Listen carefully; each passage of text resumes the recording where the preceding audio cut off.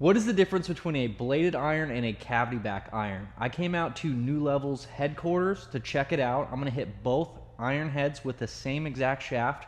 We're gonna look at all the numbers and then we're gonna talk to DJ, one of their master fitters and builders, to get a good understanding of what the difference is between these clubs. So let's get started.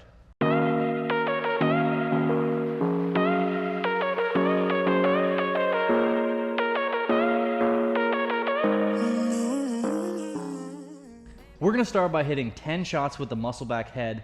Disclaimer, all of the clubs are the exact same specs minus the different head. So same loft, same lie, same shaft, same grip, same everything. So this will be perfect to figure out the difference.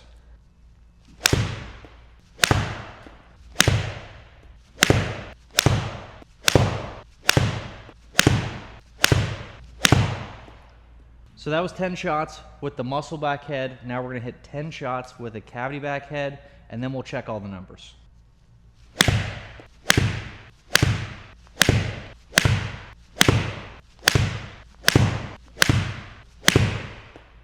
So that was 10 shots with the cavity back head. Now let's check all the numbers and see what the difference is.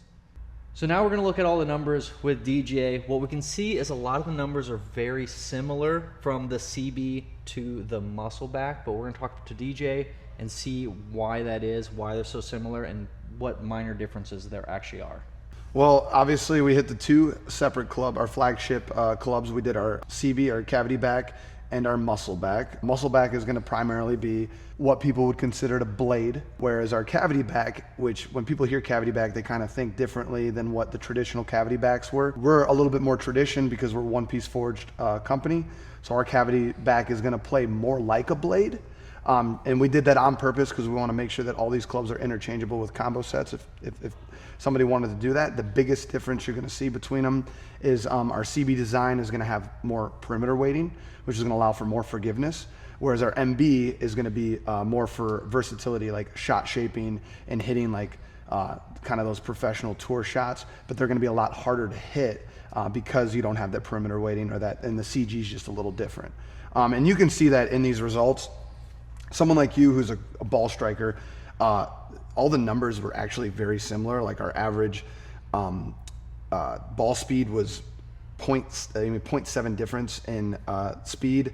And then we move on to our launch angle, and you were a little different in the two launch angles. You actually launched the CB more than the MB, which makes sense. Sometimes when you get those off-centered hits with the MB, you get a little bit of a dampered launch or flight, because just the way that club's designed, it's not nearly as forgiving to get that ball up in the air. And then that results to differences in spin as well. So we have a bigger deviation of spin rate with the MB. Truly, I believe, even though you hit it really well, because the MB is so much harder to hit, that deviation kind of jumps. So you'll see some clubs that spin, or you'll see some shots that spin a lot more. You'll see some shots that spin a lot less. Creates a bigger deviation in the average. Whereas if we go to the CB, the consistency was way better. So our spin rate was at a higher level on average, and then the discrepancy, or the deviation between the lowest spin shots and the highest spin shots was very, very tight, which is exactly what we want. And then if you go over to the carry average was a little higher with the MB. I'm gonna just say that's because the launch angle was a little bit lower and the spin rate was a little bit lower. And that kind of goes back to distance isn't always king. Sometimes it's a little bit better to be accurate and have more spin because you want that ball to stop on a green. And then obviously we go to the offline, and you were hitting a little bit more cuts with the CB, so we averaged a little more on the offline. I don't necessarily think it was because you know, we're human. Like, there's obviously some deviations between the hits. Your average with the MB was a lot less offline, but some of the other numbers weren't as good as the CB moving forward. But other than that, very, very similar heads. If I was fitting you for these two, you would have the luxury of picking the two. If I gave you my professional opinion, I would say that the CB was performing better for you. Okay. All the numbers are pretty close together, and the launch angle being slightly higher with the CB makes sense to me. But a lot of what you talked about before that I actually didn't get on camera is these clubs are really similar. If not, the MB will launch it a little bit higher because there's more weight lower.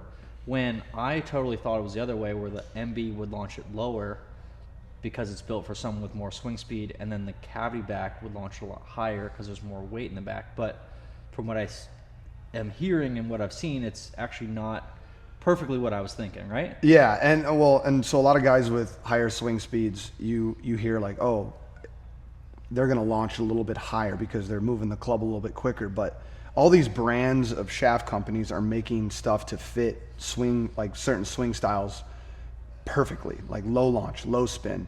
And with a head like this, we wanted to keep the CG directly in the center, and this is specifically us, but we kept the CG directly in the center, and then we progressed the CG up on the face as you got lower in the bag.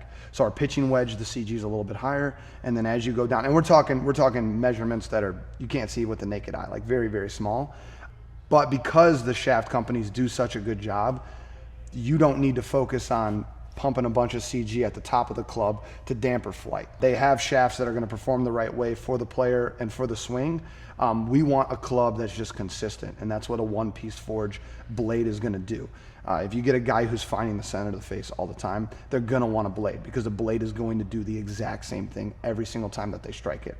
If you move to the CB in our line, it's because it's a one-piece forge company, our CB is not gonna, it's not like all of a sudden you're gonna have jumpers and balls that like fly really offline. You're just gonna get a little bit more perimeter weighting, which is just gonna give you a little bit more forgiveness. And then overall, that's just gonna make the golf game a little more enjoyable if you're someone who's not, you know, Tiger Woods and you're hitting it directly out of the center every single time. And so I play that game with people when they come in and they fit, like the MBs look great. And there's players who really want blades. And for someone like you, where the numbers aren't, you know, so different that I would be doing you a disfavor putting you in the MBs, if you were like, hey, I want a set of MBs, I would say, let's do it. But like I said, if we're looking at strict numbers and we're getting analytical, you did hit the CB in this session a little bit better than you did the MB. But who knows, tomorrow might flip-flop, you know, swing changes. That's how it goes. It's golf.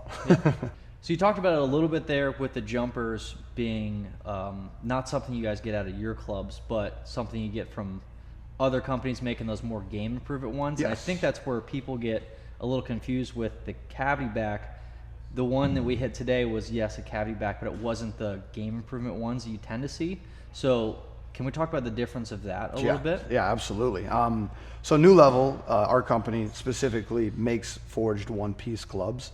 And the forged one-piece club is very, very common on tour, and because of the consistency it provides. Whereas other brands are trying to make golf fun, and there's a lot of people who play golf who aren't hitting the ball perfectly every single time. And, you know, they have engineers, they've got people dumping tons of money to make sure that they're making the club, you know, these clubs that other people can play that aren't on professional PGA Tour, and they're great, and they do exactly what those clubs are designed to do.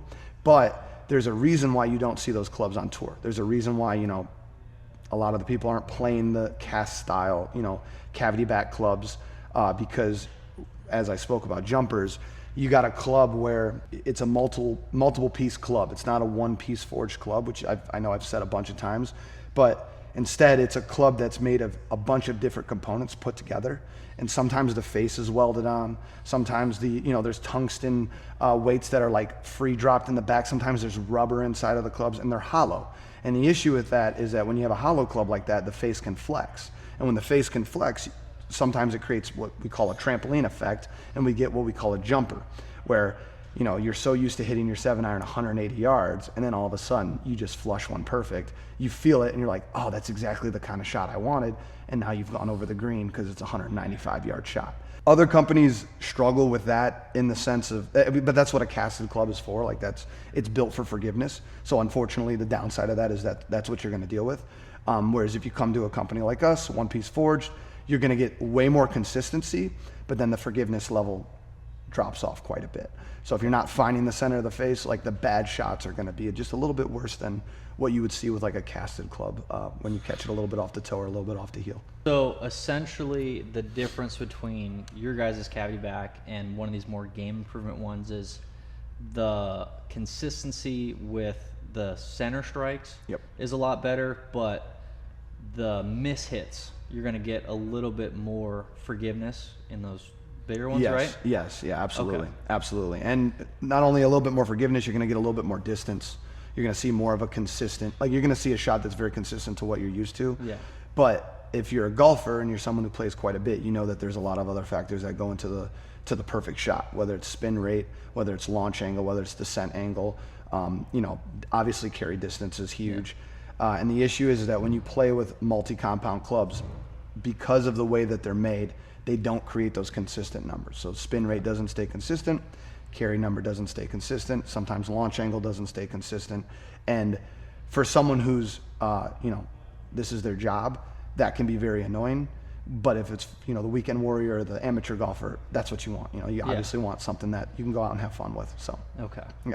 So essentially, the clubs that you guys make, it's for, you know, your name is get to a new level. Yes. Get to a new level. So absolutely. you're looking for better ball strikers, essentially. Yeah. Because Yeah. it's an iron that's really consistent. It feels really good. It looks great, but it's not that super game improvement. You can hit this thing anywhere on the face, and it's gonna be what Yes. some of those other big-headed ones do. Yes, and I mean, you nailed it on the head. Obviously, if you're someone who plays a lot and you're trying to get better at the sport and it matters to you, then I would say don't ever be afraid to get a set of clubs like these. Regardless of where your handicap is, just know that there's going to be a kind of a break-in period where you're going to be taking your lashings out on the course until you figure out how to hit these clubs, whether or not it's you're taking lessons, you're figuring out your swing. But absolutely, if you're the weekend warrior, you like to go out there every, maybe a couple times a year, and you just want to go out there and have a good time with your buddies, then I wouldn't necessarily say that a one-piece forge club would be the right route for you. So, yeah, 100%. Nail it on the head. So that is a summary for everything. We found out that the new levels irons, players irons, there was a little bit of a benefit to go to the cavity back, being that a little bit wider sweet spot, a little better on the miss hits. But again, there's some benefits to the MBs if you're able to hit it dead center, all that good stuff. So thank you to DJ for helping me out. Yeah, absolutely. Anytime, brother. We talked through all the numbers and everything. And if you're looking to get some new level clubs, click the link down below. You can come by. DJ will fit you for them, get it all set up right.